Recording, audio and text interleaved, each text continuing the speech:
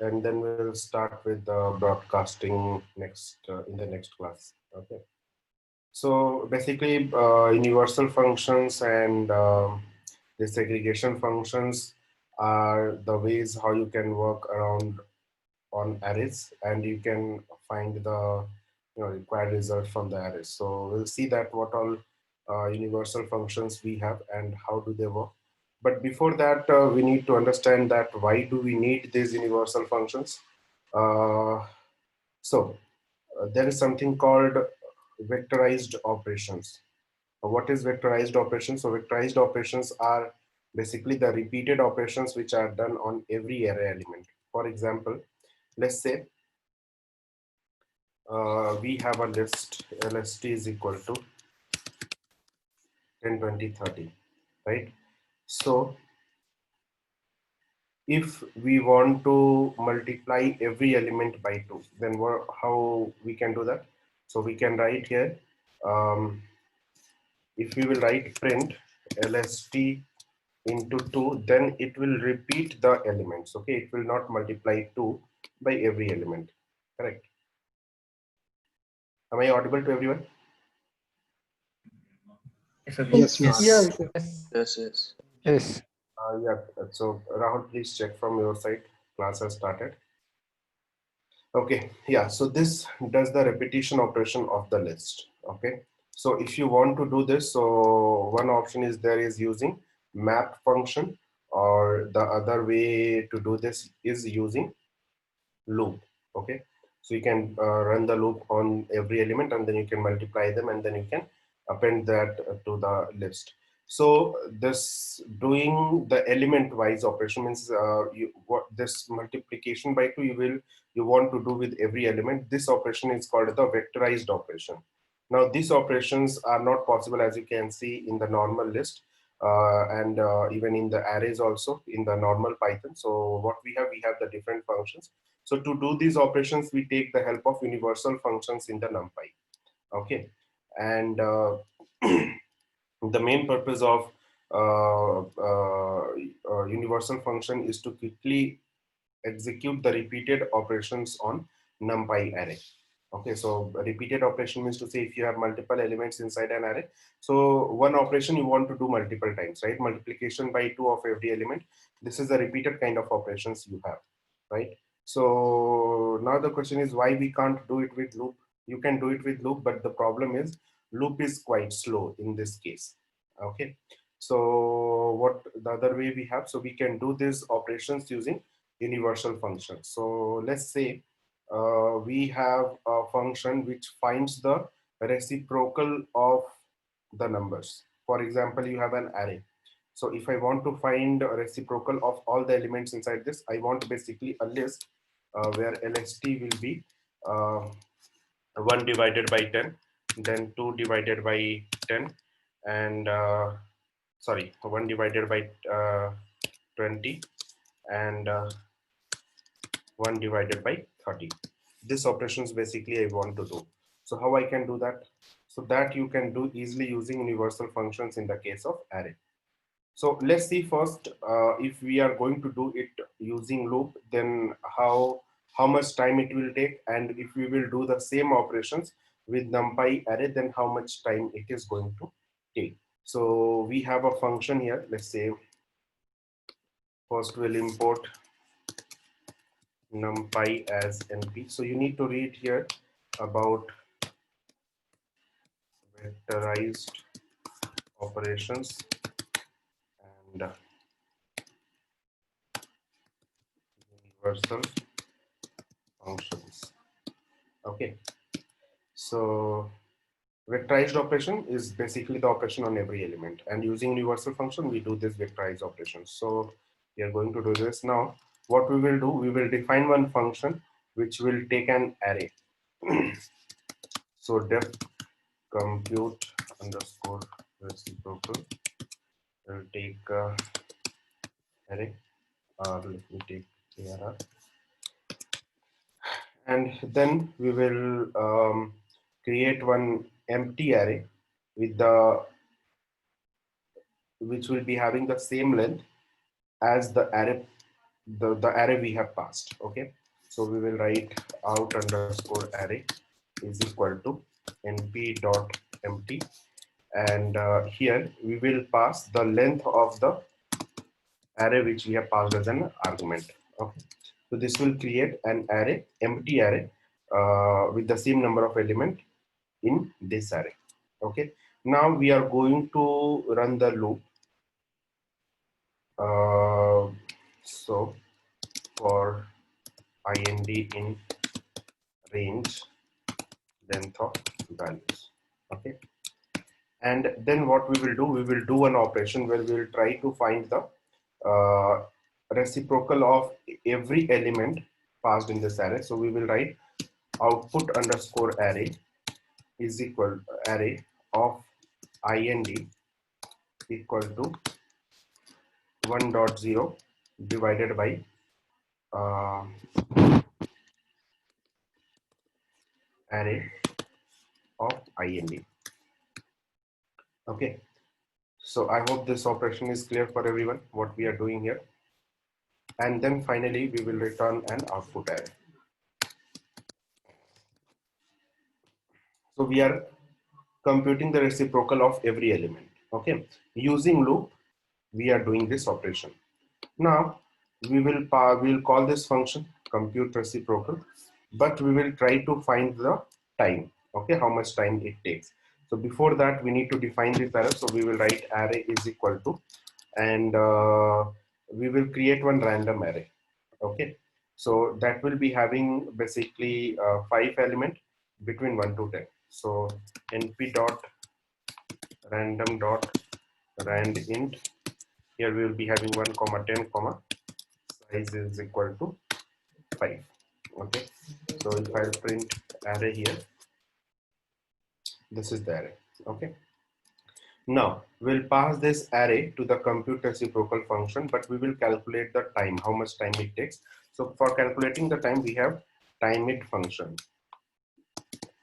Okay, and we'll write compute underscore reciprocal, and we'll pass this array. Okay, now let's see how much time it takes. So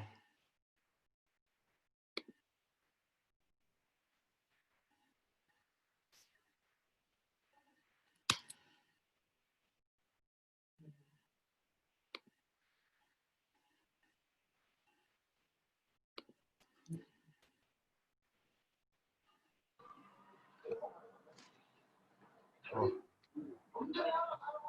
Array is not yet defined.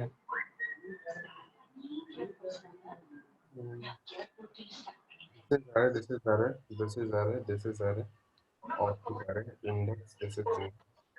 So array is defined here, no? Oh, okay, sir.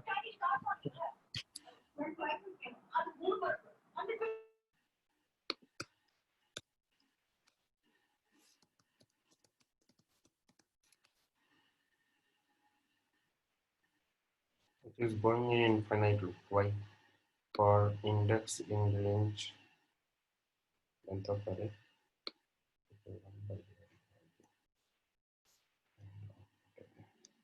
Yes. So it is taking around 1.32 microsecond per loop. Total it took around 16.2 microsecond. Okay. Now let's say if I have quite a bigger array, let's say Abhishek, just a query. Before time it is a percentile sign or? percentile, if you want to use time it, then you have to give this percentile. Okay, sure. Thank you. Array 1 we have, but now what we will have the value between 1 and 100, and size will be quite a bigger one. So we will take 1 million values. Okay, and here we will pass array 1. So I think it is because my system is slow, so it is taking a bit longer time. So just wait till it gets executed.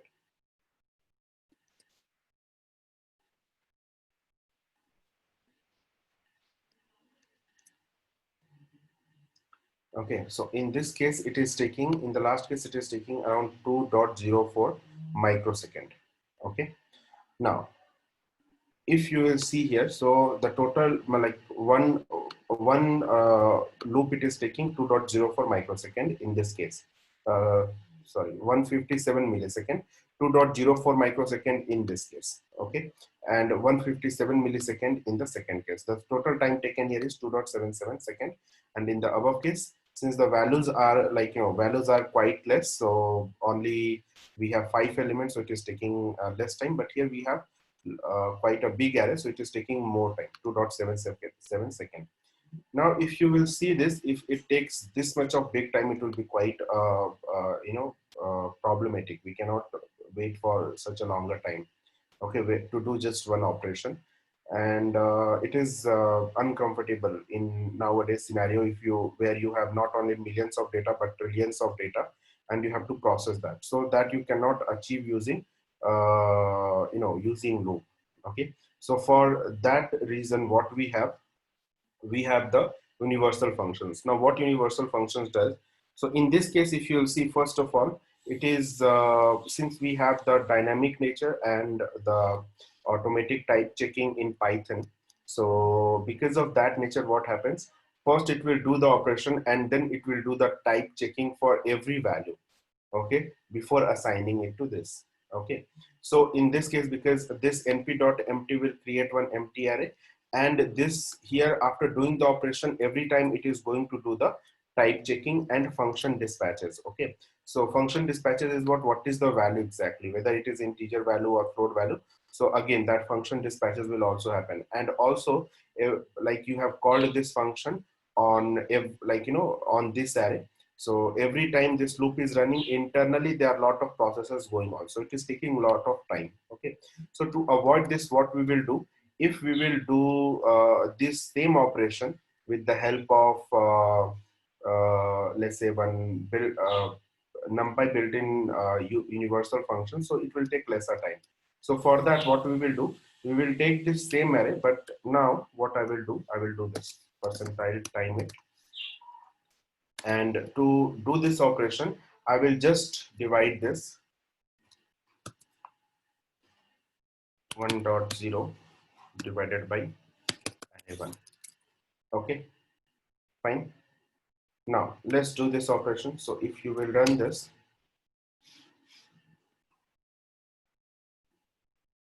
just wait for a few minutes.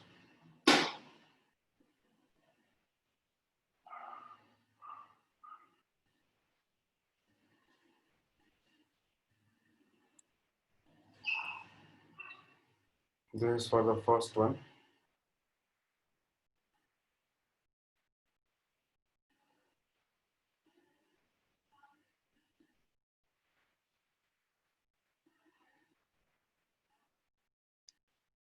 Second one, and the third one. Okay, 42.1 microsecond, and total time it has taken as 3.32 millisecond. Okay, so I'm going to compare this operation and this operation. I'm not going to compare this operation. Why? Because this is less number of elements. Okay, so the comparison will be happening between the same number of elements. So you can see that if you have a bigger array, then how convenient it is to do the same operation using loop compared to the doing this operation using this. This is called vectorized operation. So what happens whenever, like in the list, if you do lst into 2, so it does the repetition. But in the case of array 1, let's say if you have any array and if you will multiply 2 with that, so it will do element by element operation. Okay, it does the vectorized operation. It does not it is not going to do repetition operation or concatenation operation. It will do element by element operation. So this operation is element by element operation. So same thing is happening here. Okay, whatever result you will get here, same result you will get here also. Okay, so you'll get the reciprocal of every element in this case. But the time you can see here, that in this case the time is taken 2.47 second, and in this case the time is taken as 3.32 millisecond. Okay, comparatively low. Okay, and why? Because this is the universal function. Now, how the time is reduced? So time is reduced. What exactly happens here? Vectorized operation when you do using universal function. So generally when we are running this, when you are going to run this code, so in the compilation stage, this code will not be converted properly into the machine level code. Okay, when we do the compilation interpretation, so this particular part will not be done completely. After compilation, it will not be converted into the machine level code. Okay, so this has to be done in the interpretation stage, and this operation will wait till interpretation. Why? Because in the interpretation stage, this operation will be happening, right? One by one operation will be happening, as we know from from the discussion of our first class, right? But in this case, what happens in this case, in the case of array or numpy is a built-in module written in C. So when you are importing numpy as np, so this whole numpy module, this loop operation is pushed into the compilation stage. Okay, and that compiled code is nothing but the machine code. Okay, so this loop operation is completely into the machine code, and that machine code is running internally, so that's why this operation becomes faster. And we also know from our discussion that C is comparatively faster compared to Python. Why? Because in Python, first you do compilation and then you do the interpretation. In compilation, the code will not be converted to the machine code. Compilation, just the syntaxes will be checked. Okay, one bytecode will be generated that can run on any particular platform. Okay, but it is not the machine code. Machine code will be generated after what? After interpretation. So once you do the interpretation, machine code will be generated. Okay. Whereas in C, what happens after compilation, immediately every code will be converted into the machine code. So when you import NumPy as a NP, when you write this, the whole NumPy module is converted into the compiled code, or you can say machine code. And this loop operation is also pushed into the compiled code. So running the compiled code in C will always be faster compared to the running the bytecode in Python. Okay, so here in this operation, you are running the compiled NumPy code. Okay, this loop operation is pushed into the compiled code. Okay, that's why this operation will be faster. Okay, always it will be faster. Clear? Is it clear, everyone? Any question? Okay, so what we can see here, the main purpose of this all vectorized operation is we are doing to quickly execute this repeated operation. So now this is the reason we have learned the whole Python, but we are not going to use list and functions a lot in the case when it comes to the data analysis in Python. We will be using these built-in functions. Why? These built-in functions are the compiled C code which are in the machine language, and you can directly execute them, and executing them directly, it becomes faster compared to the writing the code in core Python. Okay, so now I can say that whatever you have learned, don't forget it, remember all those things, but yes, keep it aside for some time. Okay, all the operations we are going to do using NumPy and their built-in functions.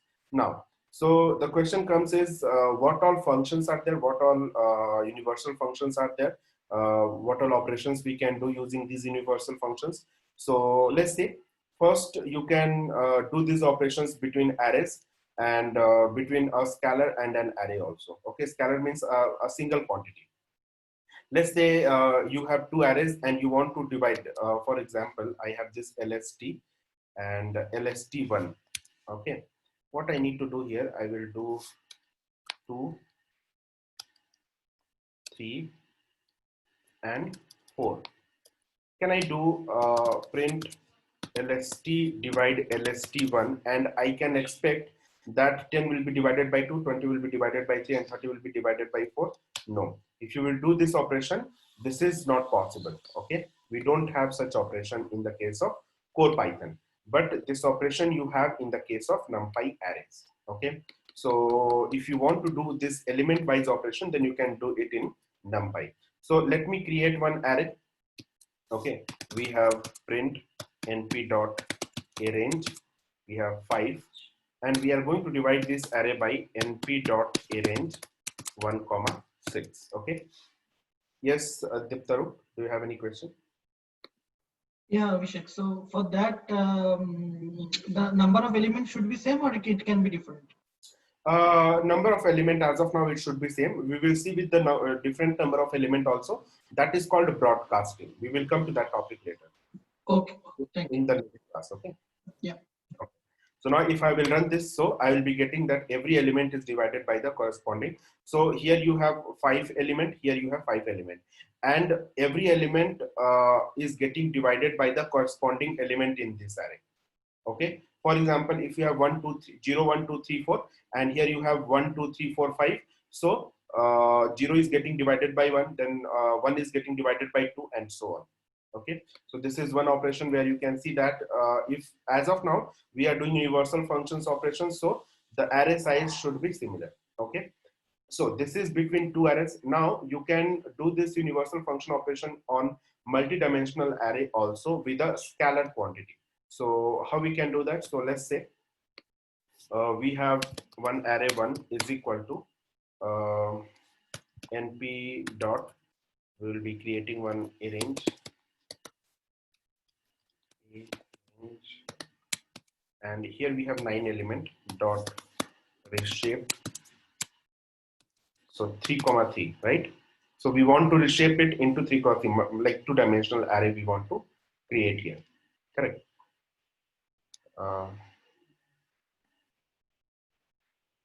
Okay, now the next operation we will do is we will try to find 2 to the power array 1. So what will happen? Can anyone tell me? So let me write print array 1. Okay, first print this. So you are getting 0, 1, 2, 3, 4, 5, 6, 7, 8. Correct. Now let's do this operation. So you are getting 1, 2, 4, 8, 16, 32, 64, 128, 256. So if you will see here, if you are writing 2 to the power array 1, so you are getting 2 to the power every element, right? 2 to the power 0, then 2 to the power 1, then 2 to the power 2, then 2 to the power 3, 2 to the power 4, 5, 6, 7, 8. Clear? So this is called vectorized operation. Is this clear, everyone? Yes, yes. Okay. Okay. Now the next we have is array arithmetic. So as of now, let's say we have seen, if you want to if you want to do the plus operation on list, then you cannot add a number to a list. Why? Because list is a sequence type and you can do concatenation with that if you will apply plus operation. So you have to have a list only. You cannot have the other operands, right? But right now, what I will do, I will create an array and I will be adding 5 to that, or I'll be subtracting 5 from that, or I'll be multiplying that array with 2 or dividing by that array by 2. So what basically will happen, it will do the addition, subtraction, multiplication, or division, or power operation with every element inside that array. Okay, so I will just copy and paste it. Whose power array is not clear? Sorry, Our array is not clear. this Why one it is is? not clear. Yes, output is not clear. Why? Okay, this is the output. Okay, now what you are doing here, this is the array 1 which we have created, correct? Yes. Now when you are doing 2 to the power array 1, then what will happen? 2 to the power this first element, then 2 to the power second element, 2 to the power third element. So tell me, what will be 2 to the power 0? It will be 1, right? It should be 0, yeah. No, anything to the power 0 is 1. Okay, anything to the power 0 is 1, remember that. Okay, It's clear. okay, now 2 to the power 1 will be 2, 2 to the power 2 will be 4, and so on. Okay, now so let me do the arithmetic operations. So I'm going to create one array. Let's say I'll do array 1 again is equal to, so np dot arrange 4. Okay, so we have 4 elements here, and next what we are going to do, we are going to just add, subtract, or multiply, or divide all the operations, as you know, unary, negation function, and then power, and the remainder operation. So let's do that. First let me print array 1 here. This is array 1, and next we have array 1 plus 5. So we will do array 1 plus 5, array 1, this is going to be minus 5, this is also minus 5, this is multiplication 5, going to be multiplication 5, this is single division, single division.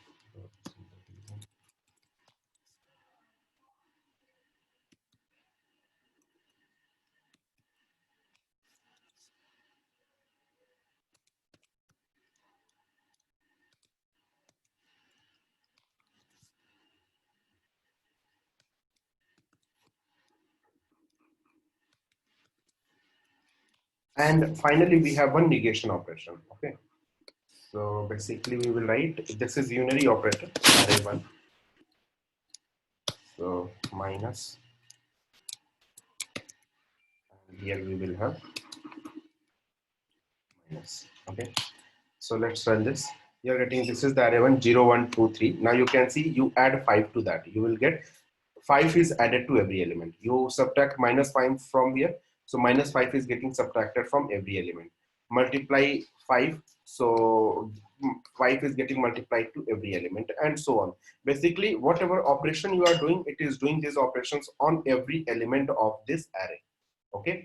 And finally, this negation, basically what it does, it just negates every element. Okay. So if it is positive, it will do negative, or if it is negative, it will do positive. Clear, everyone?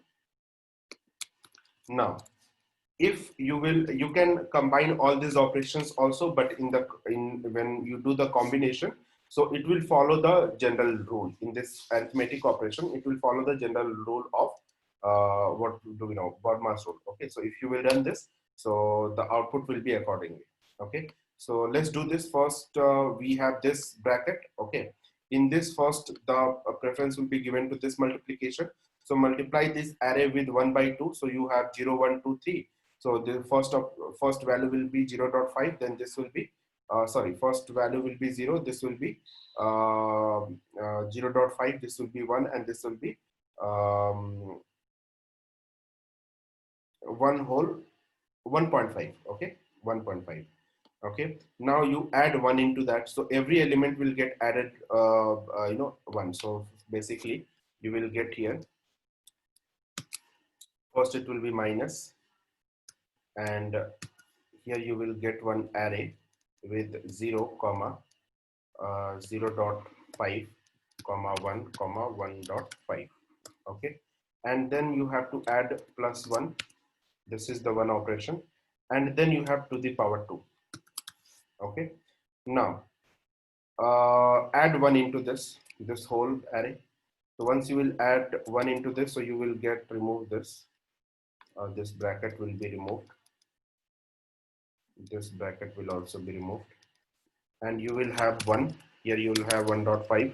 Here you will have 2, and here you will have 2.5. Okay. Now in this, the first preference will be given to what? To the power 2. So do this to the power 2. Now you will get here 1 to the power 2 will be 1. 1.5 to the power 2. 2.25, right? 2.25. And then 2, it is going to be 4, and this is 6.25. Okay, and this will be removed. Now after this, you have to put the negation operation. So remove this, and then here you will have minus. Okay, fine. So this is the whole output you will get here. Correct. So this is the arithmetic operation on the array. Here you have to just remember one thing, that any operation, any arithmetic operation you are doing, or any operation in universal function you are doing, that will be done on every element. If you don't have this facility, then you have to go by loop, and in the loop this operation will be slower, and when it becomes slower, it will be really tough to handle the big data in case of Python. Okay, this is the main reason to discuss this topic. Now the next topic we have is, so what all equivalent, or what all universal functions we have. In short, we say it is U function. Okay, so what all universal functions we have? So these all are the universal functions, and they are built in. So if you remember, I told you in my normal Python classes that whenever you call the plus operation, internally which operation gets called? Double underscore add double underscore, right? Similarly, if you call, let's say, minus operation, then what operation gets called? So double underscore subtract double underscore, right? So there is a specific operation which is getting called internally. There is a method, right, defined for that. Okay. Similarly, in Python, in NumPy also, when you are doing all this plus, minus, and multiplication, division operation, internally there are a few functions which are getting called. So there is a table for that, and the table says that what all operations we have and corresponding which function we have. Okay, and how we can operate on these functions. Either you can call using these operators, or you can call using these functions also. Clear? Fine.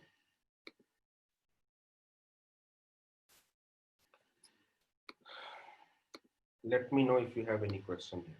Okay, fine. So the next part is, so there is a absolute value function, means how you can find the absolute. So in Python we have ABS function. We have not discussed those functions, so I told you in my classes that the functions which we are not discussing, those will be discussed in the NumPy or Pandas classes. So we are going to discuss few functions like if you write print dir of double underscore built-ins double underscore. So here you will find many functions, like if you can see here, we have ABS function, we have all function, we have any function, right? There are a number of functions which we will be discussing now, because now we need to use them. Okay, so we'll be discuss these functions and their corresponding functions in NumPy. Okay, we are not going to use these functions. Why again? So if you are going to use it using normal Python, then it will be bit time taking.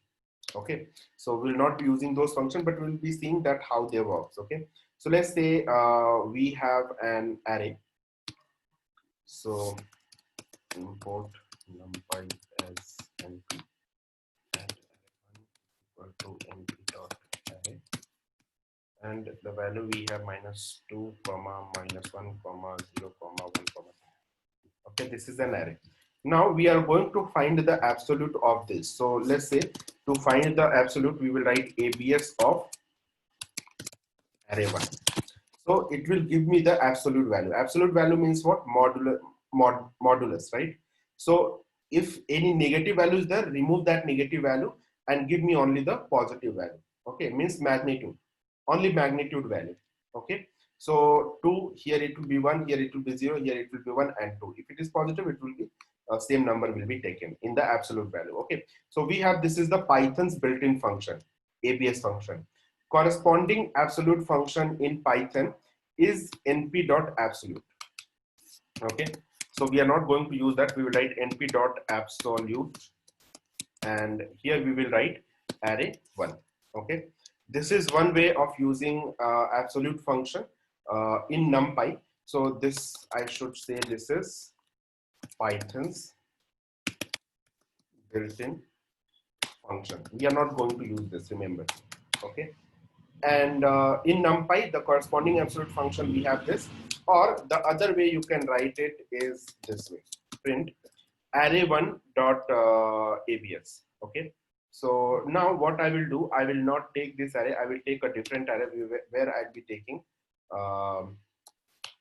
this array2 is equal to np dot array, and I'll be taking 3 plus 4j, 2 plus 2j,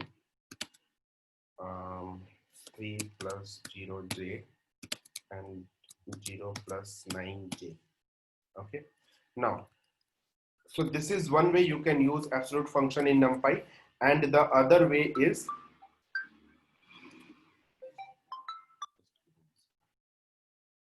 give me a second.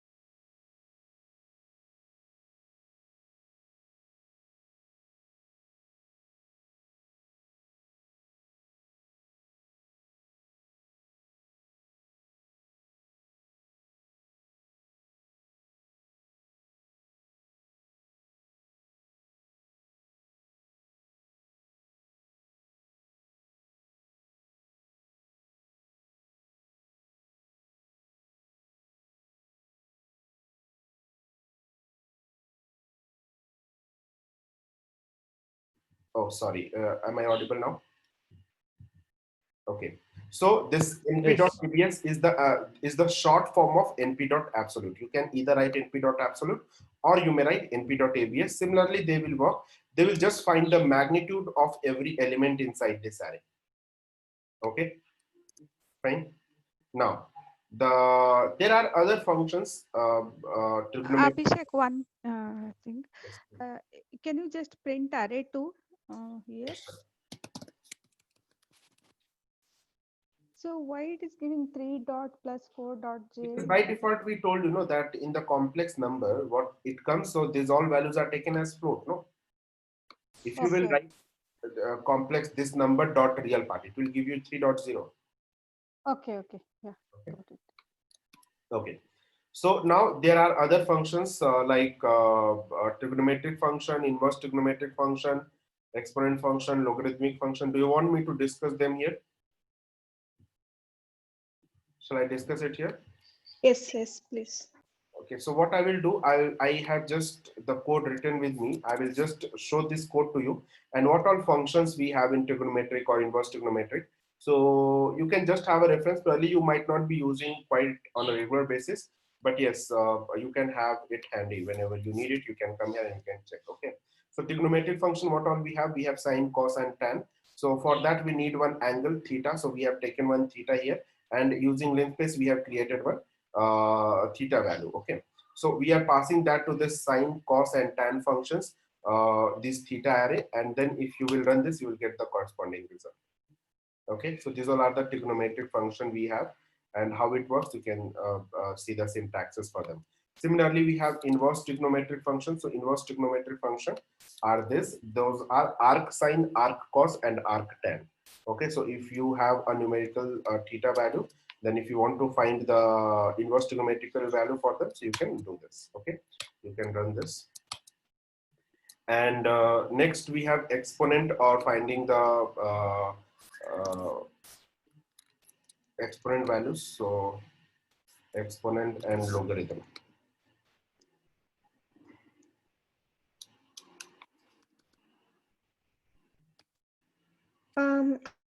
Abhishek, I have one question. In case of assigning a value to a theta, in that case, will that be an array? Yes, this is an array, no? Array between, okay. Between 0 dot np dot pi. What is pi value? 3.14. And we are taking this size as 3. So 3 elements are Okay. there. Okay. 0 will be an angle. Yeah, zero degree is also an angle, no? Okay.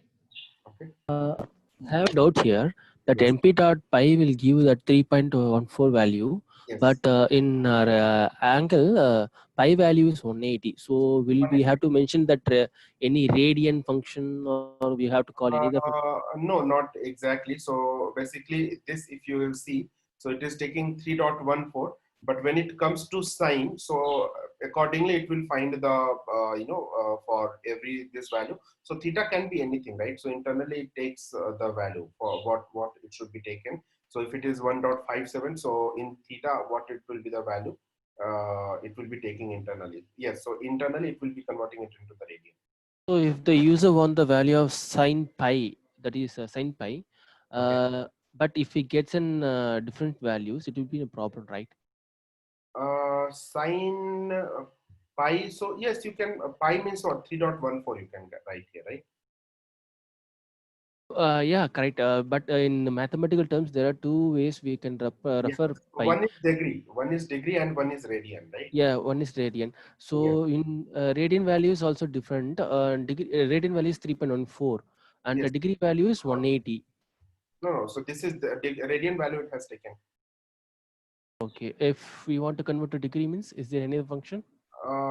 I have not seen. In case if you want, you can check from your side if it is there. Otherwise, I will check and I will let you know in next class. Yeah, sure. Okay. So now these all are the exponent and logarithm functions. So if you will run this, so you will get the corresponding logarithmic values, okay, or exponent values. Uh, and the last one are this. So these all are the logarithmic values. Okay, so these all are the different functions which we have discussed. You can just have an idea about it. No need to just memorize these particular functions. Just I have one more question.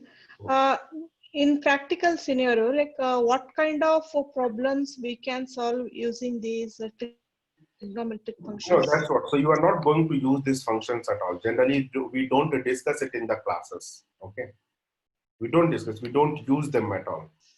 Okay, the main process will be kind of these operations you will be doing, or even these operations also will not be doing a lot. Okay, so basically you are learning this universal functions. Based on this, we have the concept of broadcasting and aggregates. So aggregates are more useful than universal functions.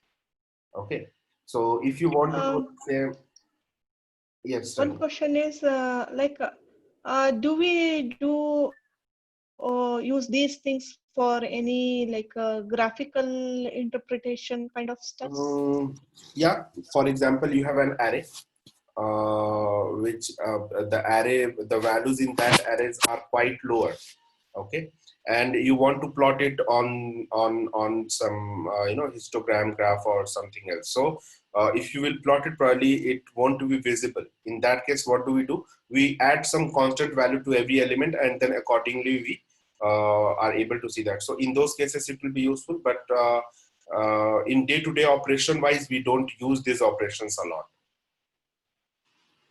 Okay. Yeah. I think Yes. Abhishek, for those scientific function we use for the signal processing, right? The digital signal. Yeah, signal processings or finding some, doing some statistical calculations. They are mainly used by the mathematicians. Okay, so for example, let's say if you are those who are doing the research-based job, they probably these functions will be more useful for them. Okay. Okay. Thank you. Abhishek, I'd like to know about the multi-dimensional functions, arithmetic functions. Multidimensional. Said in the starting itself, like multiplying multi-dimensional arrays within itself, like adding the arrays. Yeah, so see, universal functions works on any kind of array, whether it is single dimensional or multi-dimensional. No, not the universal functions I'm mentioning. Adding 3 cross 3 array with 2 cross 2 array. Is it possible? And Yeah, that is called broadcasting. okay. Abhishek, yes apply will come in universal functions? Sorry, which one? Yes apply. Your voice is breaking. Yes apply. Yes. Yes underscore apply. S underscore apply, where it is? Oops. Okay. I'll put that thing. Okay. Just send it to me in chat. Okay. Yeah. Okay. So now next we will see few other functions. So means these all are the attributes. Okay. For example, as of now, let's say if we are doing these operations, so these all operations are returning some array after doing the operations. Correct. These all operations, whatever you have seen, they all are doing some operation on the existing array, and they are returning one new array. So is it going to change my existing array? For example, if I'll print x, so x is changed. No, x is not changed. X is as it is. It is doing the operation. If you remember the string related operation. So in the case of string related operations, whatever operation you do in the case of string, after doing that operation, it creates a new string object, right? Similarly, in the case of this array operation, it creates a new array after doing these operations. Okay. So you can, what you can do after doing, for example, let's say if I have this, I can write here y is equal to this. Okay, so it will create a new array, and that allocation will be happening to y. Okay, so if I'll print y, I'll get this output. Instead of writing this way, you are writing one more extra line. You can do it in the same line. Okay, so where you are calling the function in the same, here we have one out attribute. So you can mention that using out. So how you can do that? So let's say we have two array, array 1 and array 2. So I will write here the topic is out attribute. Okay. Now, out attribute, basically you need to create two array. Let me create array 1 is equal to np.arrange 5, np.arrange 5 and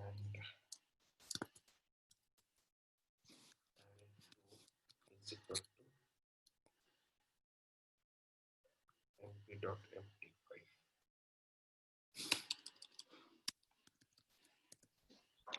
Empty 5. Okay. Abhishek, in the Yes. previous example, you have given X as a list, right? It's not an array. No, okay, sorry. So this should be a array. This should be an array, okay? This should be an array.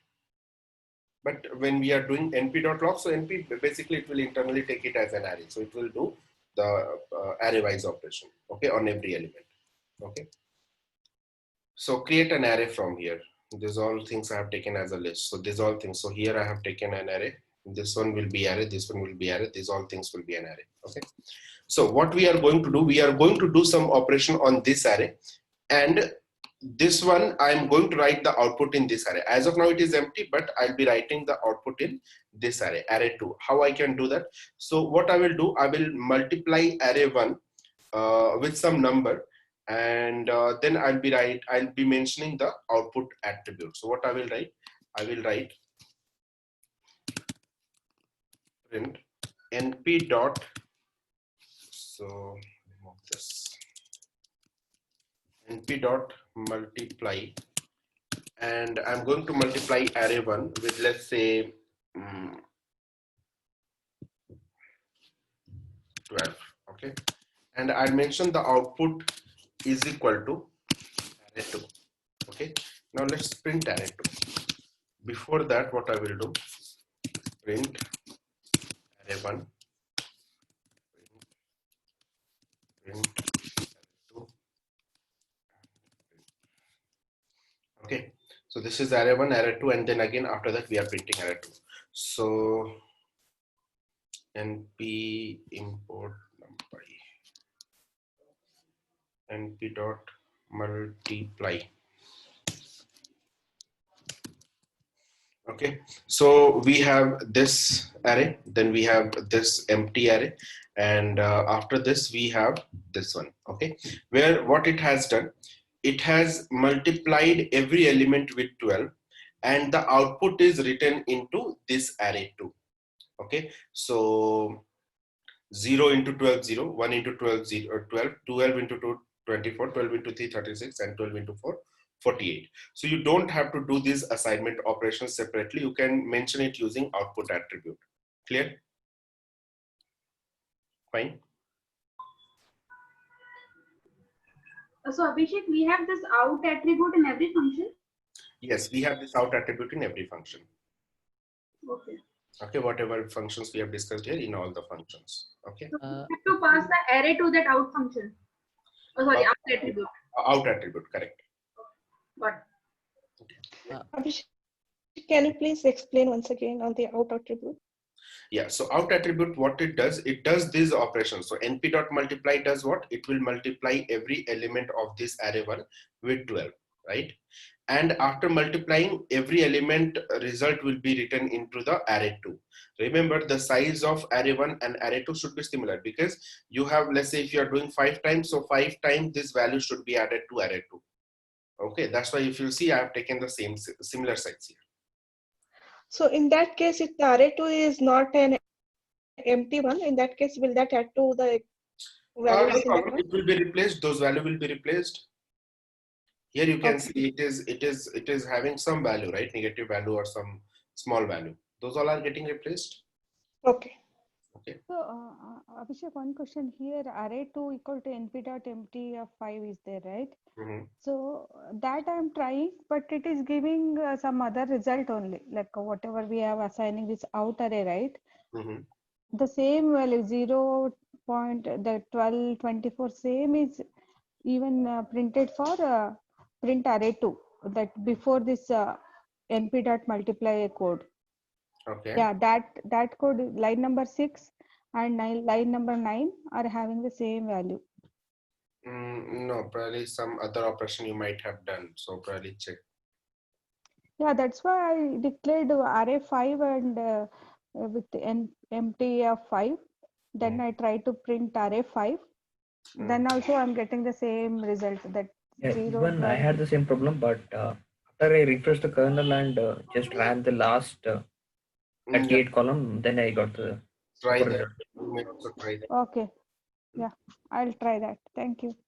Here, array 2 is used in out attribute, right? Array 2? Out attribute gives the produces the value of array 2. No, No, what I'm asking is out attribute does the same function as the print function. no. Out attributes does this operation. Array 2 is equal to this operation. Okay, and without this. Yeah. That's what I'm asking. Like, if you're without mentioning that out attribute, you can do this type also, right? What is Yeah, the if you are, usage of this out attribute? yes. So if you are going to do this out attributes is basically you are simply doing, you are not doing one more assignment operation. Assignment operation is also going to take some extra memory in your RAM, right? Assignment operation is one extra operation you are doing here, correct? Correct. If you want to call array 2 also, it will give the same values of that mp dot multiply, right? Both are one the same only, na? Yeah, both are same, but you can see that instead of, okay, so you are saying here, instead of writing out is equal to array 2, I will just do array 2 is equal to np dot multiply, right? Yeah. I will show you with one example. Okay, so probably it is not clear here, but this, see, these all are the smaller array we are working upon. When you have a bigger array, these changes will be visible to you. Like when I showed this example to you. So in the case of for loop, as of now, most of the problem we are doing in the for loop, right? But when you are comparing these all operations with the Numpy operations, you can see the significant changes, okay, in when you are running such a great loop, right? So you have significant changes in the time here.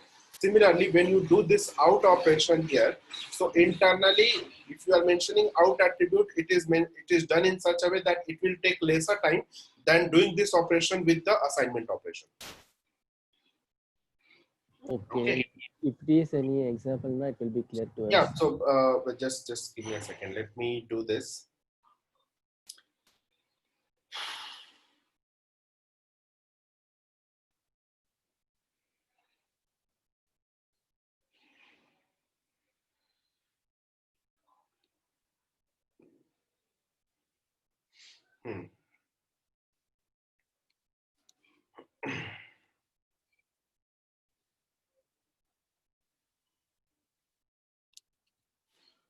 So let's understand first what is happening here. Okay. This array 2 is already created. Let's say we don't have array 2. Okay. So what we will do here, so let me write it here, don't make any changes here. We will have one array 1. Now let me write array 3 is equal to, I will take one np dot zeros and I'll take 10 element. Okay. Fine.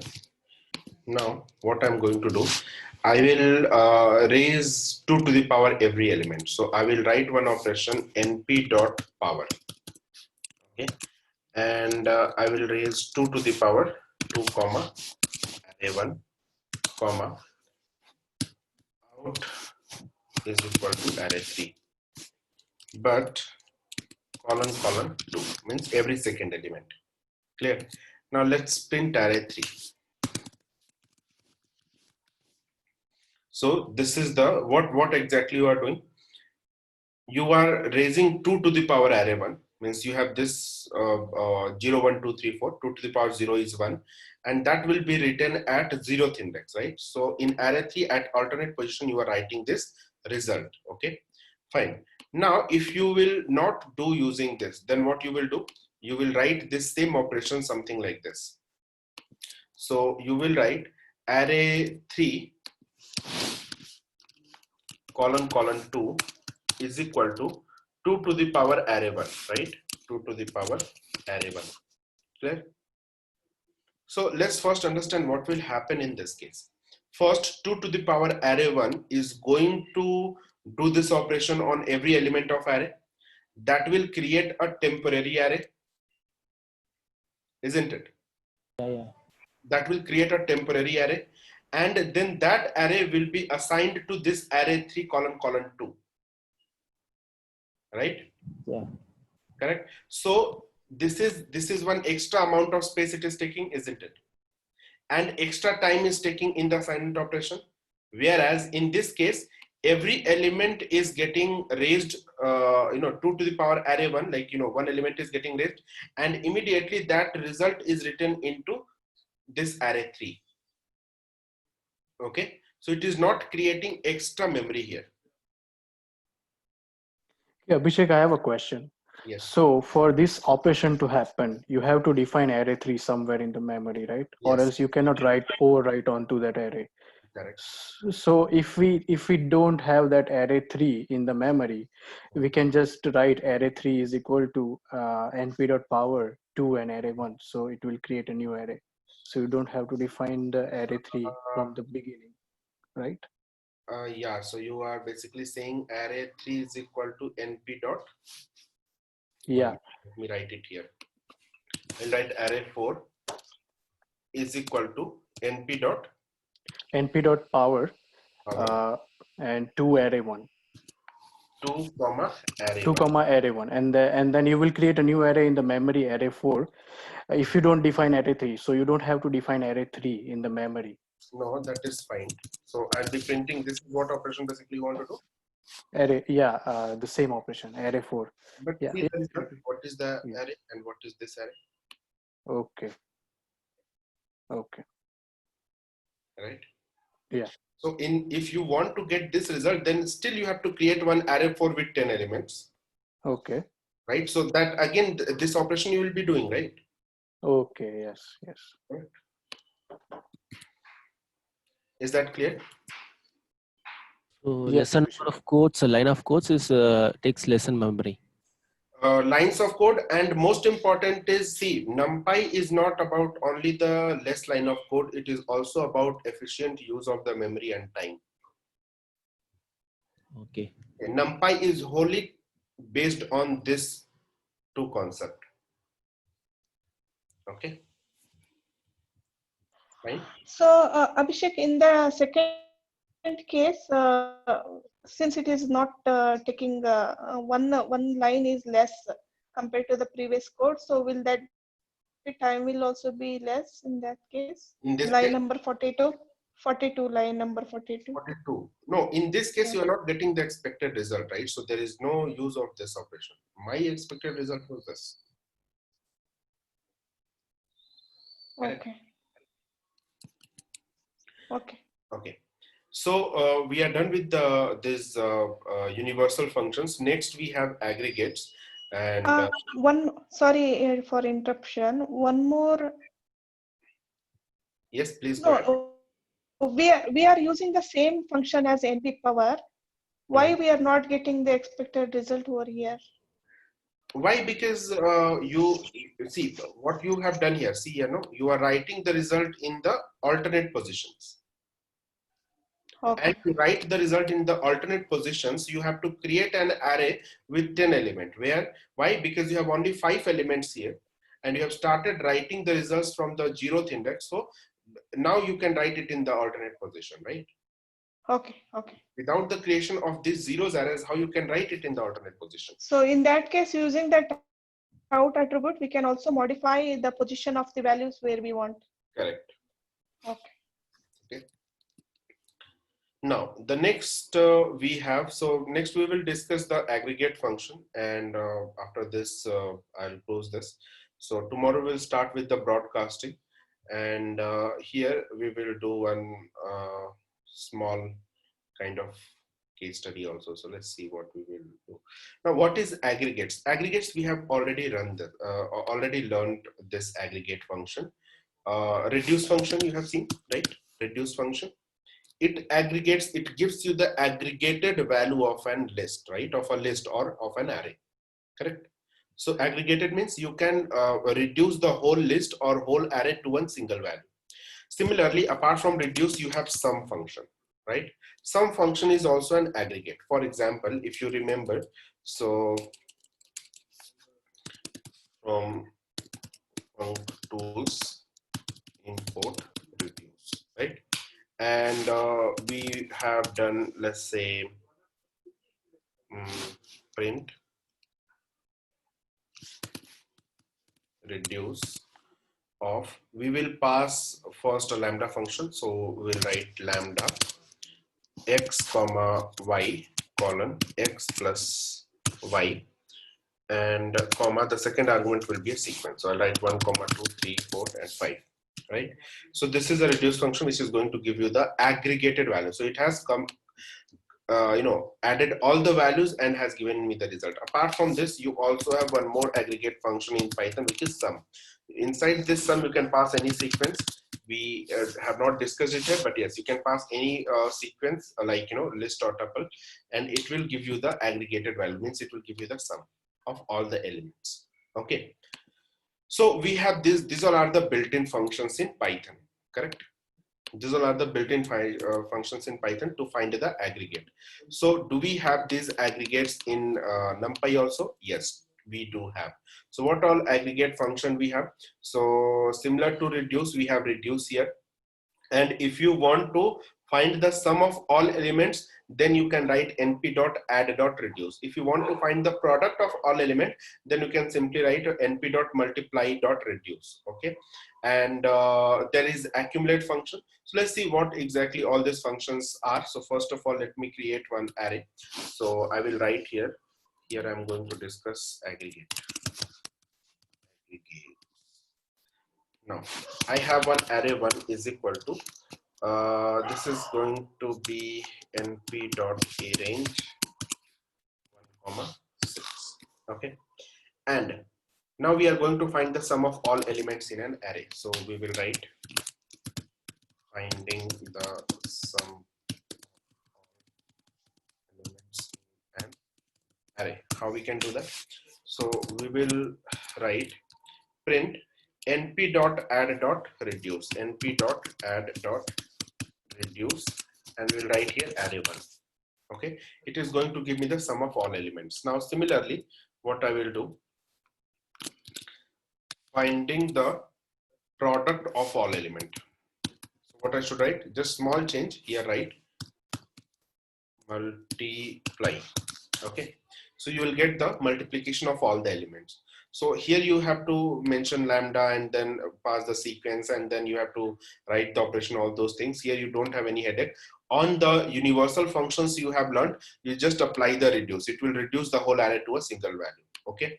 Now the next one, we have to store the intermediate result. We have accumulate. For example, if you have, let's say this is 1. So if you will add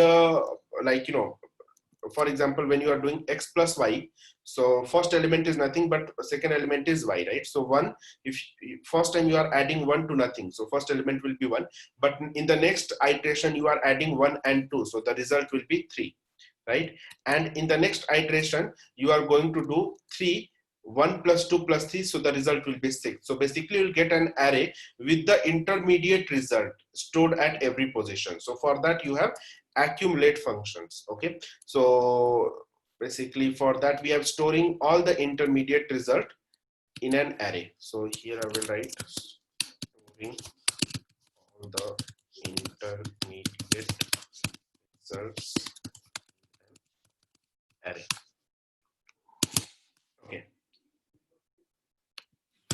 so what I will do, I will write print same function np.add.accumulate, and here I pass array 1. Okay, ACCUMULAT,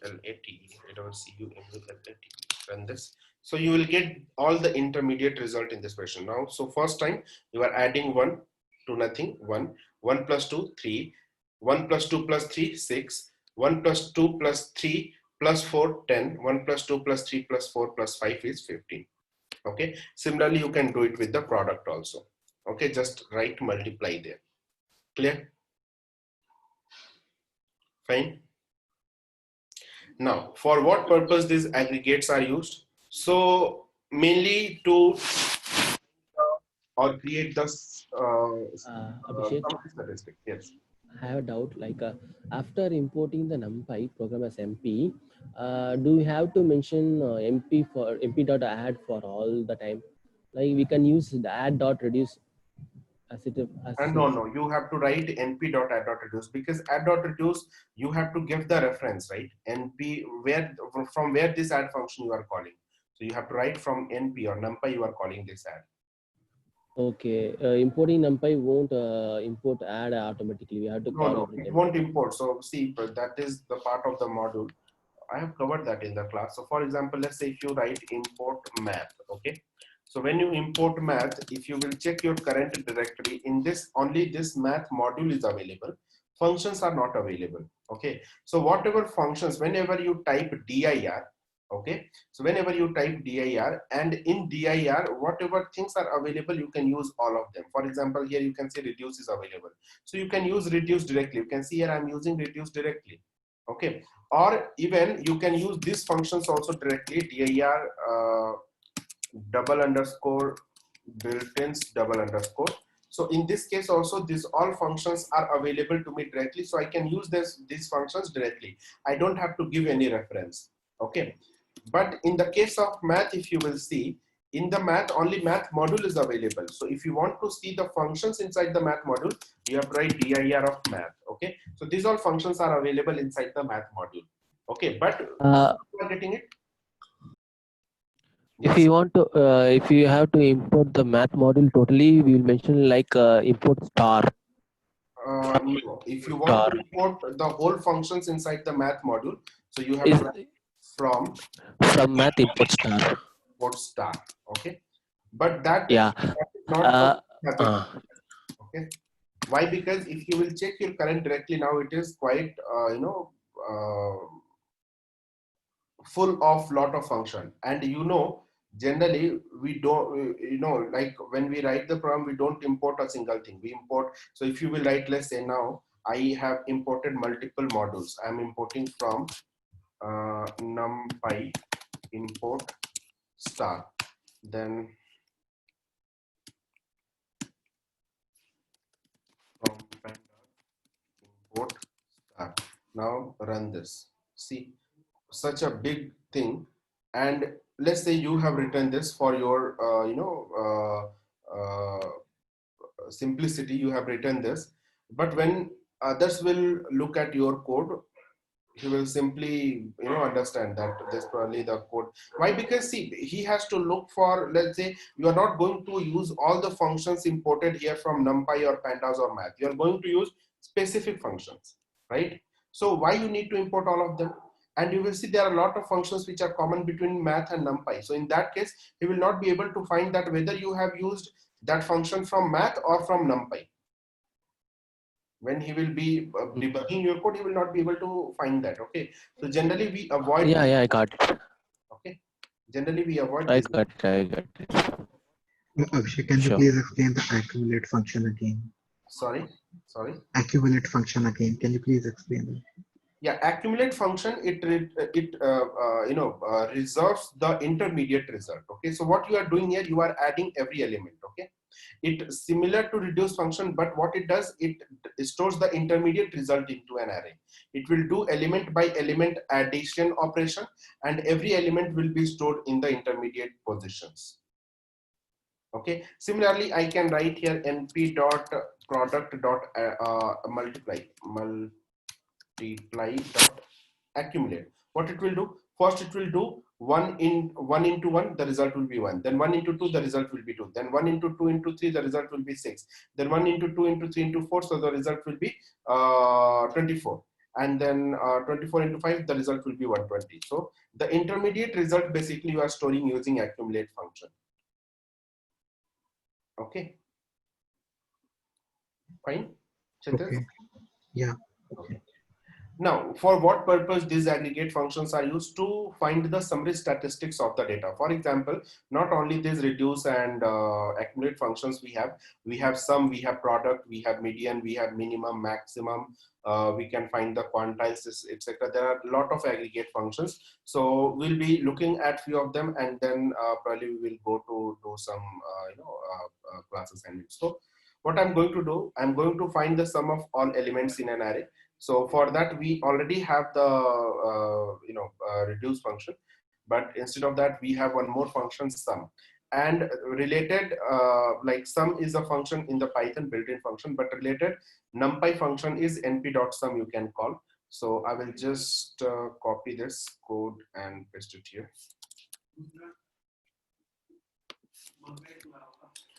So this is we are creating one array of 100 elements, and then sorry means one array, and then we are finding the sum of all the elements using Python's built-in function and np.sum function we are using. This is the numpy function. So if you'll find the result in both the cases are similar, if you will see, okay, but the difference between np.sum and the sum function is numpy version of operation is quite faster, okay. Is so any numpy version of function you have, that will always be faster. That is the main reason why we are learning numpy. Otherwise there was no use of learning numpy separately. You can do all these operations in Python also, okay. So we have some function in Python, but we are not going to use that sum function. We are going to use np.sum because it is quite faster. Why it is faster? So the reason it executes the operation in compiled code, okay. So this is the comment for that, okay. It is a bit faster and it executes the operation in the compiled code, okay. Now if you want to just find the difference, let's do this. We have this one bigger array with these many elements, and now we are going to just find the time. Let it run for a few minutes.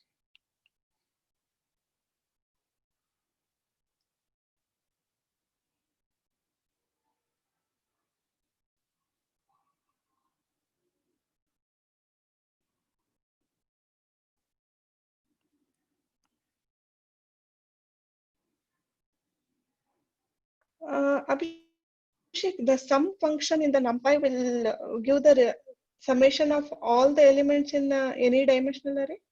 Yes, all the elements. So we have, as of now, we are doing this in a single dimensional. We will do it with the multi-dimensional array also. Okay. So you can see that in the similar sum function, it is taking 3.23 microsecond, whereas in this it is taking 7.33 microsecond. Okay, so this is again, it is bit faster, and so the numpy version of functions are always faster. Okay, so this is it. Now next we have min and max function. So to find the min function, min value or max value, the corresponding min and max function we have is np.min and np.max. Okay, so Abhishek, before that, I have one basic question. Maybe it is covered. I don't remember. So random dot rand is there, and we also know random dot rand int we use sometimes, and random dot rand also random. yeah. So I am just confused. Like when we have to go for rand int, random, and rand. Just check. No, see, the difference between all these things are the values they are creating. Few are to create the values between only for integers. One is rand is going to create the smaller values. For example, if you print here big underscore array. Okay, sorry, big underscore array. So this is going to create one value which is means one array with these many values, but all the values are between 0 and 1. Okay, so rand is going to create the values between 0 and 1. But here if you will print array 1, so when you are using random dot random, so it is going to create one array with 100 values, means 100 elements, and this is also going to create all the values between 0 and 1. Okay, fine. Yeah, so random and rand are always print values between 0 and 1. No, 1 minute. So there should be some difference. Let me check this definition. Values in a given shape, and create an array of the given shape and populate it with random samples from a uniform distribution. So it depends on the distribution. Okay, yeah, that is a uniform distribution. So if you will find this 0.65 anyway. Now I've discussed this. I think that is related to something called normal distribution or something. This is the continuous informed distribution.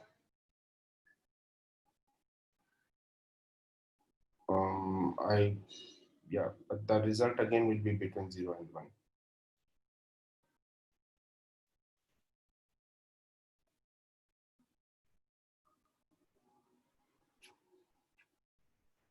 Size is equal to. Maybe if we compare the same number of elements now, we can find it, right? Yeah. Let's see that. So like if we make it after 0.67. That is something related with the distribution. Okay. So what it is writing here, that is something continuous to 0.0, 1.0. This is the half open interval. Means one will not be included, and in this case random values in a given shape.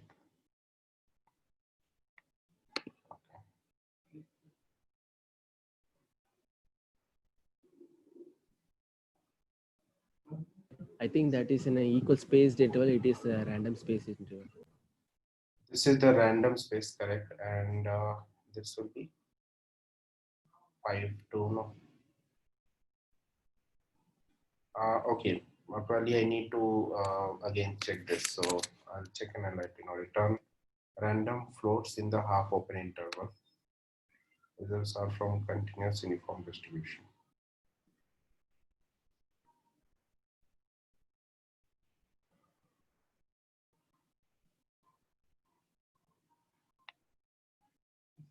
That is something related to the distribution values. So like there are different types of distribution we have, right? So here the only difference between this you can see is continuous uniform, and in this rand is continuous distribution.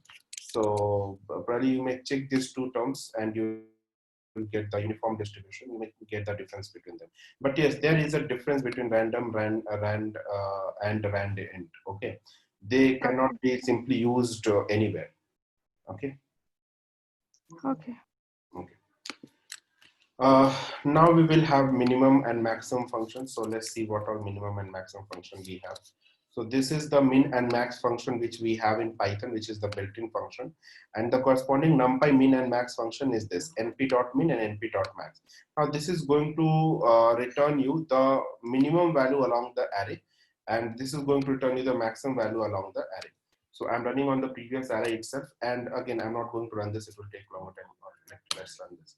So it will, if you'll see, so minimum function takes quite far, like more time, and in NumPy version takes lesser time. After this, we are going to discuss about these aggregation functions on multi-dimensional array. So what I will do, so I will just write here multi-dimensional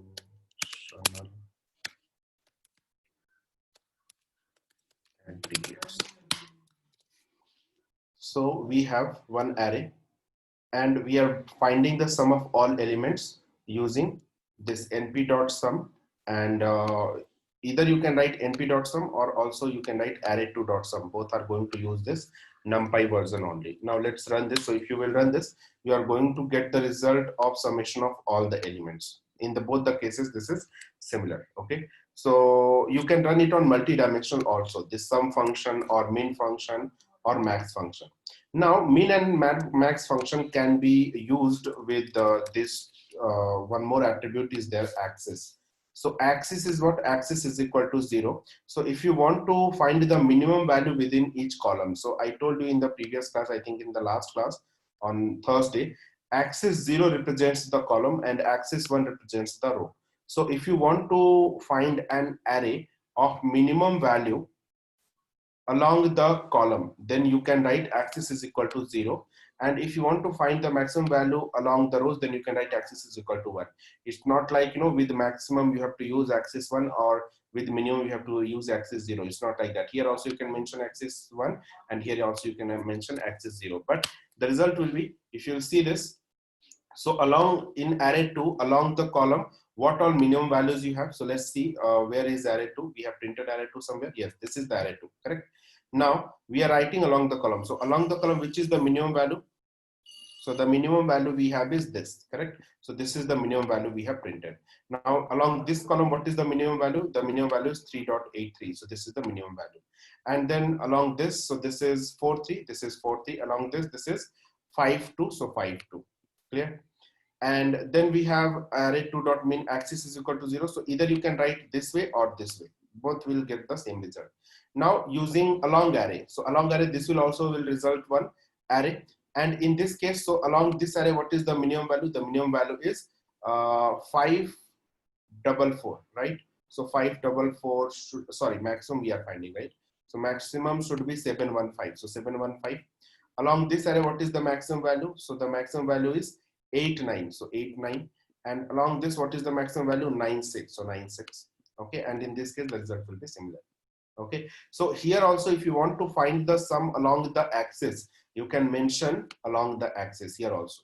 Okay. Let's say if I want to find np dot sum array 2 comma, I want to find axis is equal to 0. If I will run this, so I'm getting the sum along the axis. You can see. So axis 0 is what? Column. So along the column, it will add all these results, and then it is giving you the summation of all the elements along the column.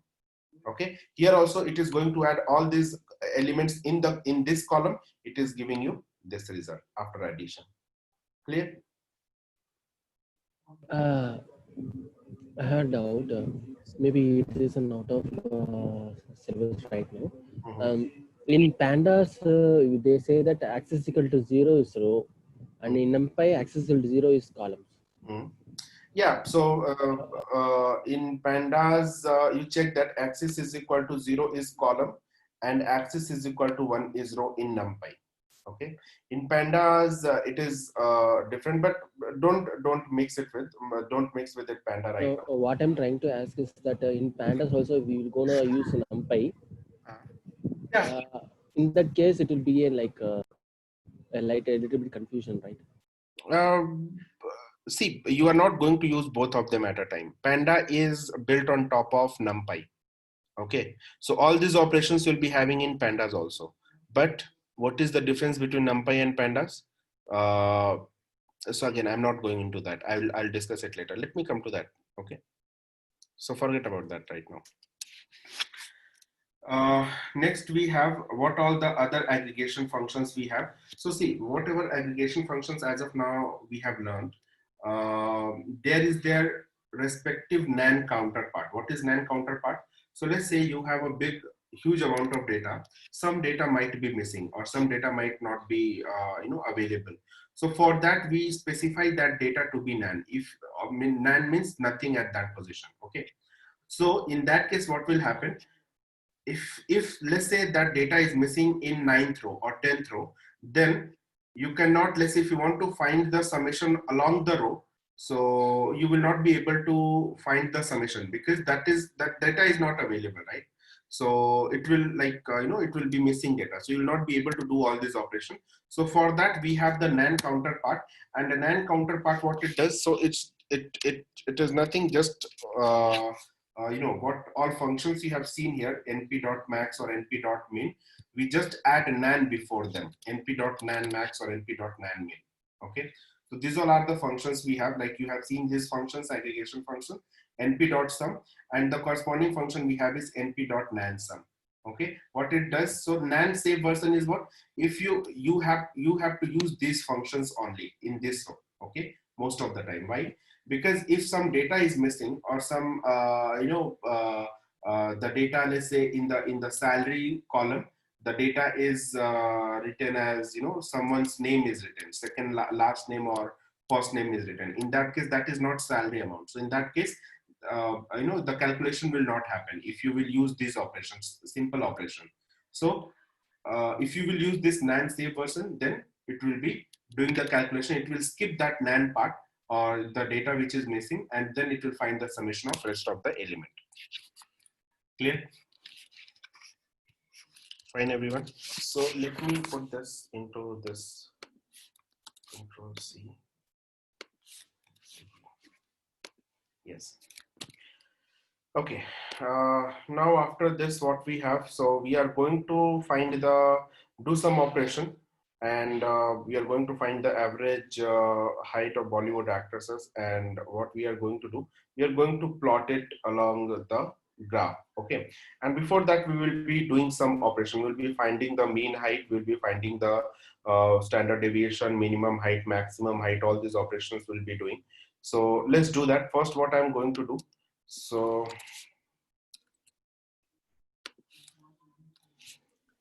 this is, Abhishek, sorry, yes. yeah, I just had a doubt over there in line 64. You have written NP max and array2.max. Both are from Numpy, this one only? Which one? Both are Numpy only? This one 64. Yes, yes, yes. Yeah, both are Numpy only, right?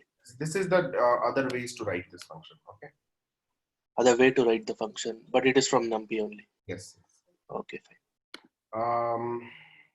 So where we have, Abhishek, can you paste this URL link in the chat box?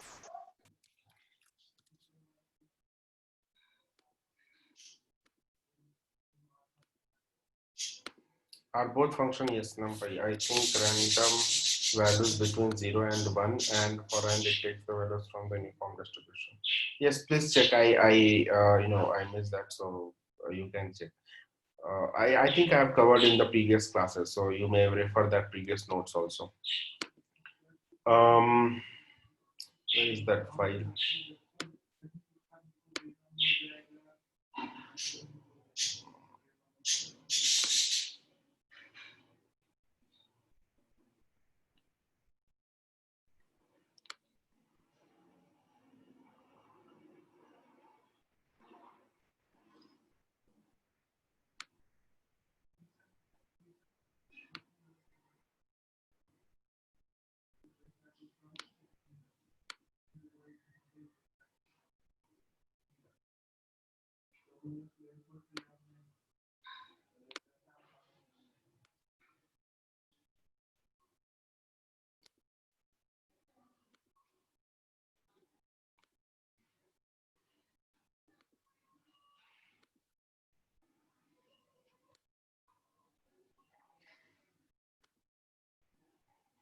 DSC underscore Eve.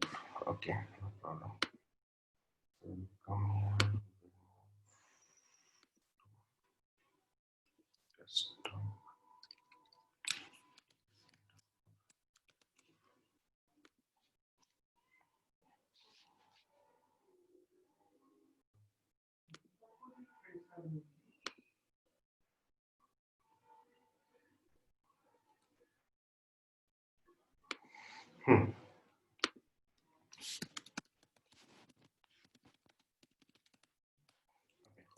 So now what I will do, I will just import that file. So import yes and P, and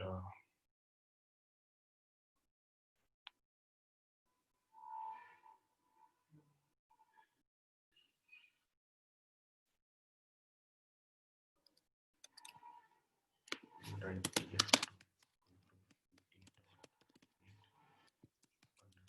CSV and the file name. So this is file name.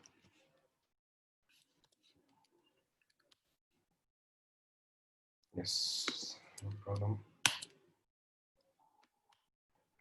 Okay.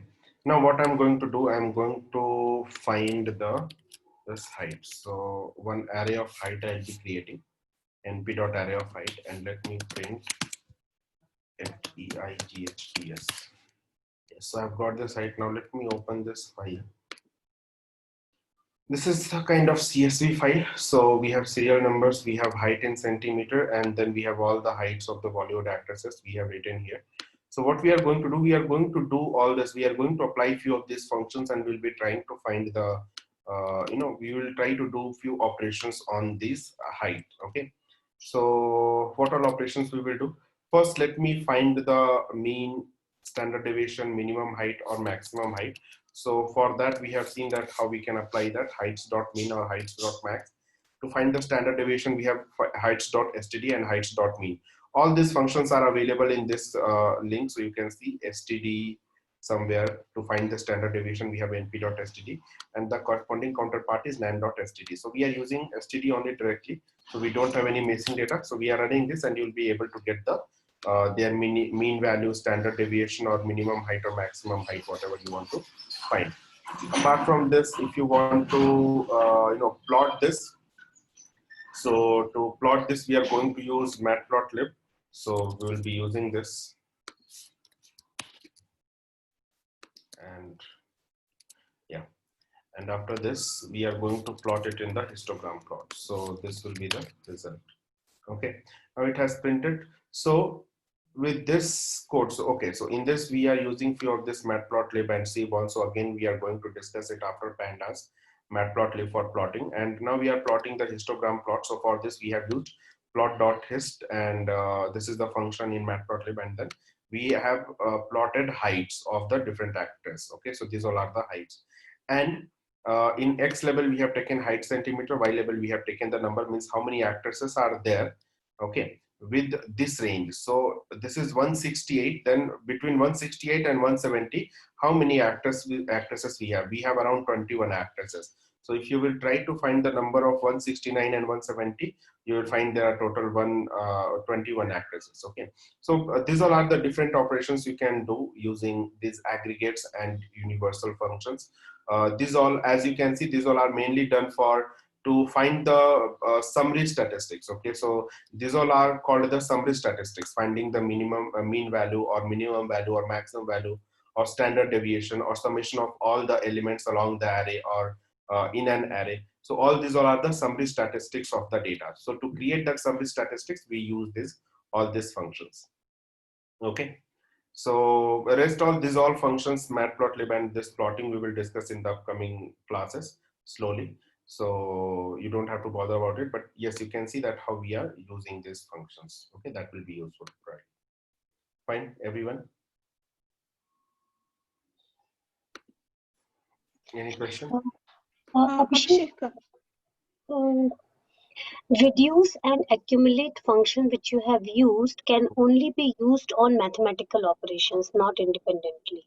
Yeah, obviously reduce. You are going to reduce the whole array to one, single value. So you are going to either add or summation or product, right? So that will be done only with mathematical operations. Okay. These all are, most of them are mathematical operations only, right? Yeah, I mean, I wanted to ask, like we use np dot add, we cannot use np dot reduce. We have to have something before that as well, like add some. Yes, correct. Yeah. Sunil, pandas data frame is an NP array, so it is built on NumPy array. Okay, it is not exactly a NP array. It is built on the top of NP array. Okay, like NumPy is built on top of array module in Python. Okay, there were few restrictions or limitations in the array module in Python, so we came up with NumPy. And then again in NumPy we have few limitations, so we came up with pandas. Okay, we could have directly gone to pandas, but still, why we are learning Python again? Because we need to have a base, and then we will be based on that particular base, we will be going forward. Okay, so that's why we are not going directly to pandas. Okay, fine, everyone. Abhishek, the time function is there, right? So can we use that one for multiple lines of statements? Yeah, you can use it for multiple lines, but remember, mainly this time function is used for repetitive operations. Okay, the repetitive operations like loop and all. For a single operation like for this, I cannot use time it. Okay. So if I want to see the time taken by all these 5 statements or 6 statements in this number 56, how I can do? See, np.add.accumulate. Here you are doing a repetitive operation, right? Yes. So here you can use. So just before this, you write percentile time width. No. Yeah, I got it. For a single statement, we can use a time, but Combiningly, can we use Yeah, combined, like, you have this way, so you write it inside a function and then use that over that function. okay. Sir, which code you are asking? I don't know.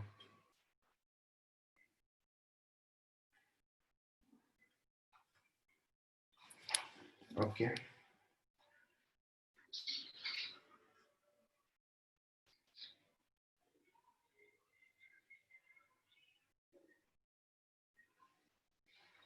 I'll check this and I'll let you know tomorrow. So I need to leave now. Yes, Arvind, any question? So do fast. Yeah, in that code, sometimes I get like average is not defined. Sometimes the code is running. That's what I got some problem. I'm making a note of it. I'll check and I'll let you know. Okay, tomorrow. So Yeah, because sure. Okay. code will Thank you. take some time. So I'll check and I'll let you know. Yes, Arvind, any question Yeah, you have? yeah. One quick question on the out attribute. Is Yeah. it mandatory to create the number of elements same as the I mean the number of elements of the empty and as well as for the array one? Can you just go to the out attribute? Yes, this one. Yeah. No, before. Yeah, this one, out attribute. No, so if you'll see, I've not created, No, the before one, before set out yeah. attribute. So here, if you're going to do in this case, if you will do so, probably it will give you the value error. Operand should not be broadcast together with shape 5 or 4. Okay. So it is not like list. We create a empty list and we append everything. No, no. And in this case also, if you will do, let's say with 8, or let's say if you will do with 6, so in this case also you'll get the same error. Okay. So the element should match, right? Yes. Thank you. Rohit? Yeah, just a clarification that the NumPy operations it's mostly executes on based on the compile code, right? As you mentioned. Yes. But the normal mathematical functions from the math module, I mean, on what is it executing? I mean, based That on runs on compiled code. that also executes on compiled code. Okay, but execution time wise, it is much faster. I mean, NumPy is much faster. NumPy, because see, in NumPy what happens, so you remember that we are going to compile our Python source file, correct? That will be creating the bytecode, and then the math module which you are importing, that math module is coming, that math module is getting combined with your object code, and then it is running with the interpreter. Okay.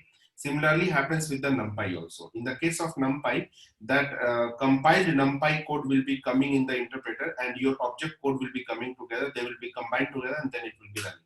Okay.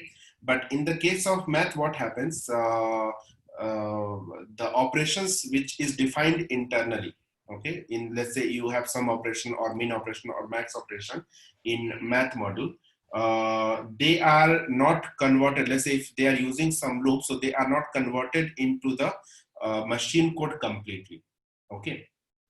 For example, let's say if I'm writing here np.add.reduce. So this np.add.reduce, whatever loop or what, here also the same operation you are doing, whatever you are doing in the reducing normal Python function. Okay. But there, this operation which we have written lambda x comma yx colon yx plus y, all these operations are happening manually, right? And this code is not compiled to the machine code after compilation stage, right? And in interpretation, this all operation will be happening one by one. So it will take more time. Or even if you have, let's say, PyPy, in the case of PyPy also, it is GIT compiler, but it will not be compiling this particular part, this lambda part, completely at once into the machine code. It will not be able to do that because it is dynamic interpreted. No, so one by one operation it has to do, and it has to check the value.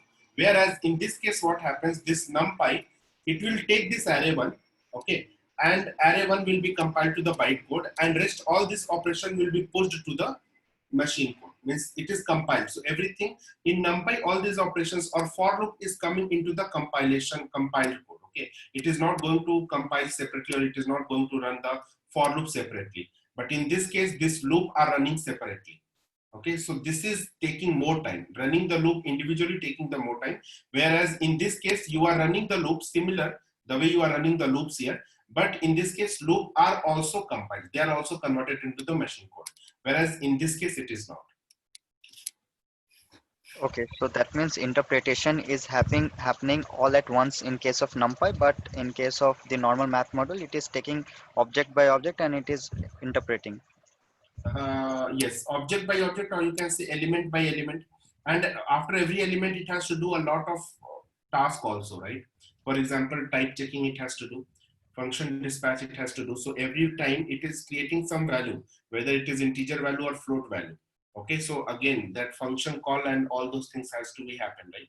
So those all takes a lot of time in the case of normal Python function. So Abhishek, we can say that that numpy, add, reduce, add, multiply, subtract. In these functions, code is already written and executable is ready. You just feed the value and it will give you the result. Code is already written in C and executable is ready with us. Correct, correct. And if we don't use these functions, we are writing our own code, so it will first get compiled and then would get interpreted. Correct. Correct. Okay, Rohit? Yeah, fine.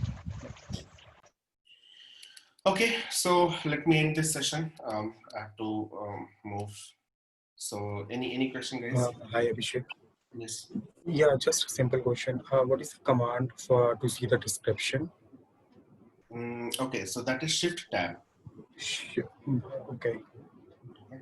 Thank you. Okay. Abhishek, one question here. Yes. So we see like a NumPy minimum maximum. So how to see like output format of matrix? Output format of matrix means to say? Means shape.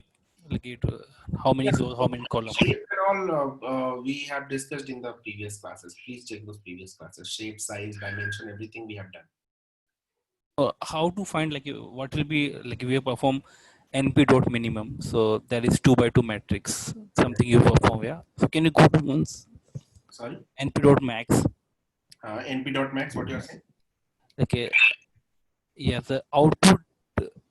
Whenever we are passing some matrix, okay, 2 by 2 matrix or 3 by 2 we perform, and after that we receive like some 2 by 2 matrix. So how to decide like a output matrix? In np.max, you're not going to get any matrix. No, you have performed with another example you taken, I think. Okay. This one? Yes, with the axis level, yeah, correct. With the axis, yes. So what you are saying here? Yes, line number 7. Yeah. Can you explain like what is the output from? Maybe he is trying to ask that without using an axis, what the max value is taken from that array. Which max value is taken from that, either from the row or column. That's what he is trying to ask, I think. No. I'm asking like because here if you see like 3 elements are there. Okay, so it's you can say like a 1 by 3 matrix is generated, correct? Okay. Okay. Yeah, I got it. Let's say you have 2 cross 2 matrix. Okay. Or 3. Here you have array 2 is what? This is 3 rows and 4 columns. Right.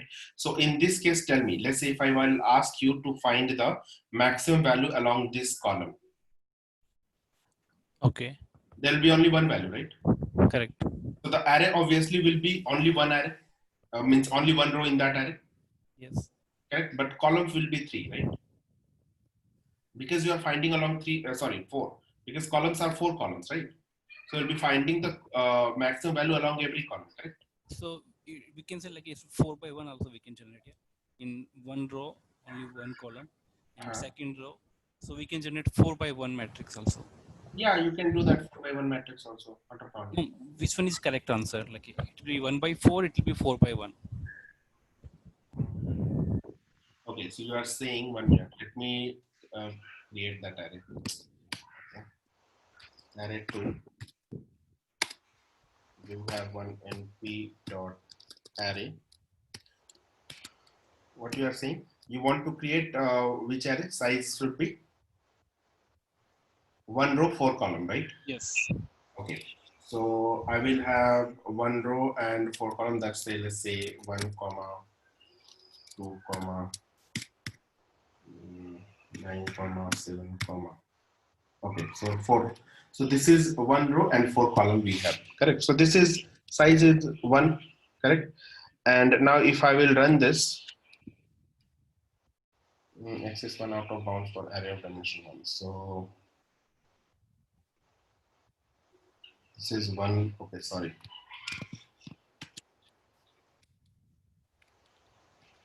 This is 1 row. This should be fine. Now you have it, right? So np dot, when you are going to write array dot min of axis 0, means you are going to find along the column, right? So along this column, what will be the maximum value? Minimum value 1, 2, 9, 7. You have got 1.